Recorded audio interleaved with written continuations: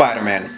Spider-Man has a rogues gallery of just some of the most amazing villains in comic book history. And with that is a group of 6 individuals, the Sinister Six, if you will. And we're about to see them in the MCU, so I thought, hey, why not? Let's do a fan casting. So guys, this is my fan casting for the Sinister Six in the MCU. Grab your favorite beverage. It's time to hang out with your friendly neighborhood YouTuber. Roll that graphic.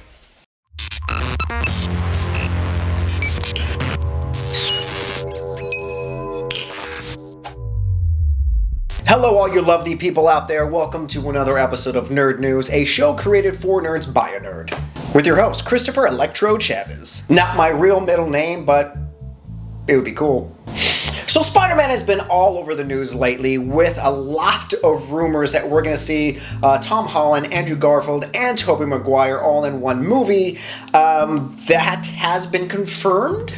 But also with that news, we know that the Sinister Six is coming to the MCU. With the stage being set on some of the characters, we have yet to see the other ones that are coming up to kind of challenge this amazing character, and that of Spider-Man. But before Marvel announces their casting choice for who they're going to have in these cool villain roles, I wanted to take a stab at it. But before we get into today's episode, if this is your first time here, I would greatly appreciate it if you hit that like, the subscribe, and the notification bell. That notification bell will notify you of all episodes as I create them, and it'll help you to forget the emo Spider-Man in Spider-Man 3. We all want to forget that movie. And if you don't know who the Sinister Six are, here's a little cliff notes to kind of fill you in. So the evil team was formed by the amazing villain in that of Doc Ock. And the team was made up of these characters: Vulture, Electro, Mysterio, Sandman, and Kraven the Hunter. So we got teased this Sinister Six group at the after credit scene of The Amazing Spider-Man 2. They teased this team up, but the third movie didn't work out. It was rebooted, and well, we got the Tom Holland version, which we are all thankful that he was back at Marvel. But without further ado, let's get into it, guys. So I wanted to start this list off with a character that we recently have seen in the MCU, and we just fell in love with this character right off the bat. We're going to talk about the visually deceptive character in that of Mysterio. So in that film, the amazing Jake Gyllenhaal played the title character of Mysterio, and we just loved it. He's a great actor. We love Jake Gyllenhaal, but you know, let's have fun with it. Let's pretend Jake was never cast, and we're looking to cast this role fresh right off the start. So that's why I'm going to cast David Tennant. Now, David Tennant is no stranger to the comic book genre. He was the main villain in Jessica Jones, and I have cast him in other roles in previous videos, and the reason why I keep bringing him back, he just has that like allure to him, that like mysterious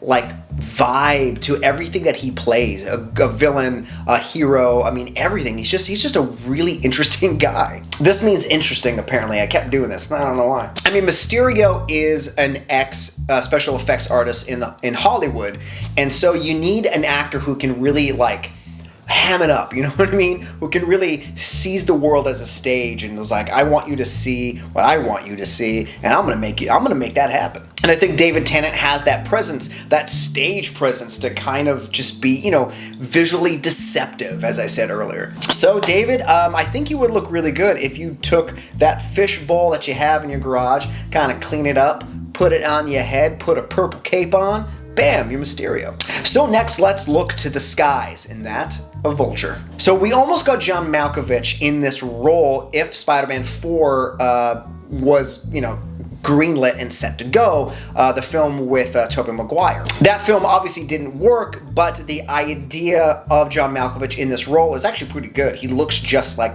the comic. So we fast forward to the first movie of Spider-Man under the MCU family, and we got Michael Keaton in this role. Now, Michael Keaton is my favorite Batman, and I'll say that in every episode. His performance was just bloody brilliant, and that is why I am not going to recast. I'm going to keep Michael Keaton as the Vulture. All right, for a couple of reasons. One, the costume was just unbelievably amazing. And two, based off of one scene in that movie that just was like, oh, goosebumps. The scene where Michael Keaton drops Mary Jane and Peter off at the prom, where the Vulture finally figures out Peter is Spider-Man. Their dialogue and just when you watch that, you kind of feel nervous for Peter.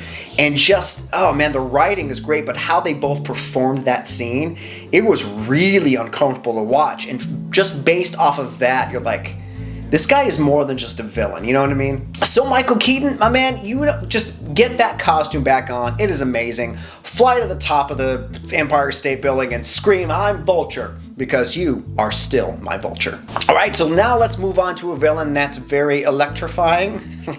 Yeah, that was really bad. We're moving on to Electro. So Jamie Foxx was the only actor so far to portray this character in The Amazing Spider-Man 2. And as ironic as it is, he has actually been recast in the latest Spider-Man that's coming up under the MCU. Has no title yet, but he's back. And Jamie Foxx also tweeted that he won't be blue in this movie, so we might see the classic outfit. Who knows? Now, I really like Jamie Foxx in this role, but let's have fun with this one. I want to get someone a little bit younger for some reason. Just not so much younger, but just a little bit younger. So that's why I'm going to look towards a TV show that's one of my favorite shows ever, and that of Breaking Bad. And I'm going to cast Aaron Paul. Now, of course, we all know Aaron Paul from Breaking Bad as Jesse Pinkman. He's done other characters and other roles down the line, but that performance stands out more than the rest because his acting was just perfect. And I think if he takes that intensity that he had with Jesse and kind of, you know, tweaked it a little bit and made him a little bit more of a villain, I really think he'd be a fantastic and a very interesting Electro. A lot of fan art has been popped up as to what he would look like if he was cast as Electro. And one such artist, Jackson Casper, put up this artwork, which looks amazing and gets me excited of the possibility that this could be a reality. Sell that RV. Let's get you in the MCU. You are my Electro. Next, we're gonna move on to Sandman. That's right, the man of the sand. So in the forgettable Spider-Man 3, one of the coolest moments in that movie was the creation scene of Sandman. The reason why I say that is the way that they filmed it and the music that they used, it was almost like this weird kind of dance of like his body changing into sand. It was just a really cool transformation scene. I think they did a great job. And the actor that played him in that movie is Thomas Hayden Church, which I also thought was a good casting because he physically looked like the comic book character, just that big, intimidating force to be reckoned with even before he gained these powers. And that's why I want to continue that casting for this character of the physically intimidating type of actor. And I think the actor that I want in this character is Mark Wahlberg. Now, Mark Wahlberg hasn't really dived into the comic book genre yet. I mean, he's done Transformers, and he did a adaptation of the video game Max Payne, which, well, it's right. Max, you probably haven't seen it because it's not that good. And the ironic thing though, Mark Wahlberg is doing a movie now with Tom Holland. They are doing Uncharted, another video game adaptation, which I hope it's good. I love Tom Holland, I love Mark Wahlberg, but the fact that those two are working together, it's kind of ironic though, now that I think about it. Now, Mark Wahlberg is a very intimidating guy. Even if it's a rom-com movie, you're still afraid to piss him off. And I think he could take that intimidation and kind of add a little bit of vulnerability to this character because, you know, of the character's involvement with his daughter, and he does everything for his daughter. It'd be really, really cool to see him just dive into the genre, because it's time that he dives into it, man. So unless you're Anakin Skywalker, if you don't know what that means, here, check it out. I don't mind Sam. It's coarse, rough and irritated, and it gets everywhere.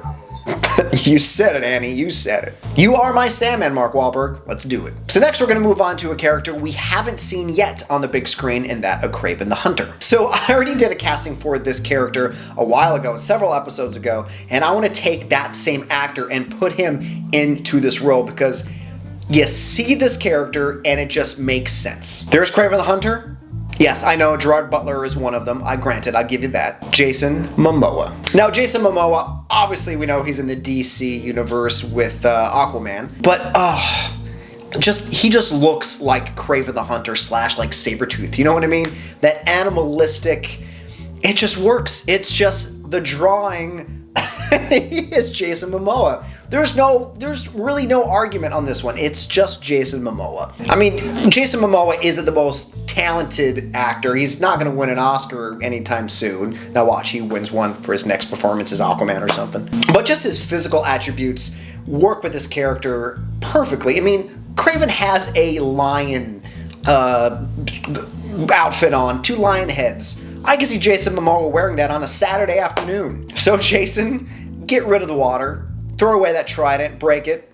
You are my Kraven the Hunter. And now let's move on to the last character on this list, and that of one of my favorite Spider-Man villains, in Doc Ock. Now, we only saw Doc Ock once on the big screen, and that in Spider-Man 2, the Tobey Maguire years. Alfred Molina played this character, and it was just perfect.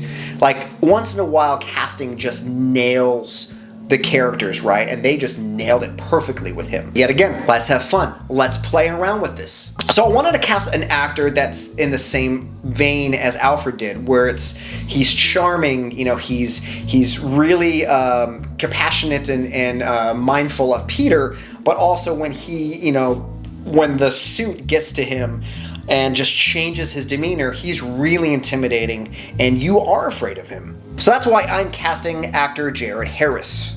Now, Jared has played a lot of villains in the past, and one of the most notable ones is he played Moriarty in Sherlock Holmes with Robert Downey Jr. Now, Jared has those attributes. He is a very, serious looking guy, but sometimes when he cracks jokes in certain characters, he has this friendly smile to him that you kind of feel like you can bond with him, like you can relate to him. You don't fear him when he's happy. I want to give him like a comic accurate look, not the bowl cut though. The bowl cut haircut. No one looks good in that. Not even He-Man looked that good. It's just not a good look with the bowl cut. But I think he physically looks like the character. I mean, he's a really good actor, and I think someone that's very Dr. Jekyll and Mr. Hyde kind of esque, when the suit finally gets to his brain and just triggers, who he really is, you need an actor that can balance both of these characters. It's pretty much 2 characters into one. So Jared, let's fuse this suit to your spine. Let's do it. You're my Doc Ock. Well, that's it, my brews. I hope you guys enjoyed this episode. If you agree with my list, let me know in the comments below. I want to know who you would like to cast in these characters. And thanks for hanging out with me, guys. And I want to leave you on this. So both DC and Marvel are doing a version of a time travel where you're going to see all 3 Batmans in one movie in DC, and you're going to see all 3 Spider-Mans. Now, out of the 2, which one are you most excited to see? Let me know in the comments below. And don't forget to like and subscribe.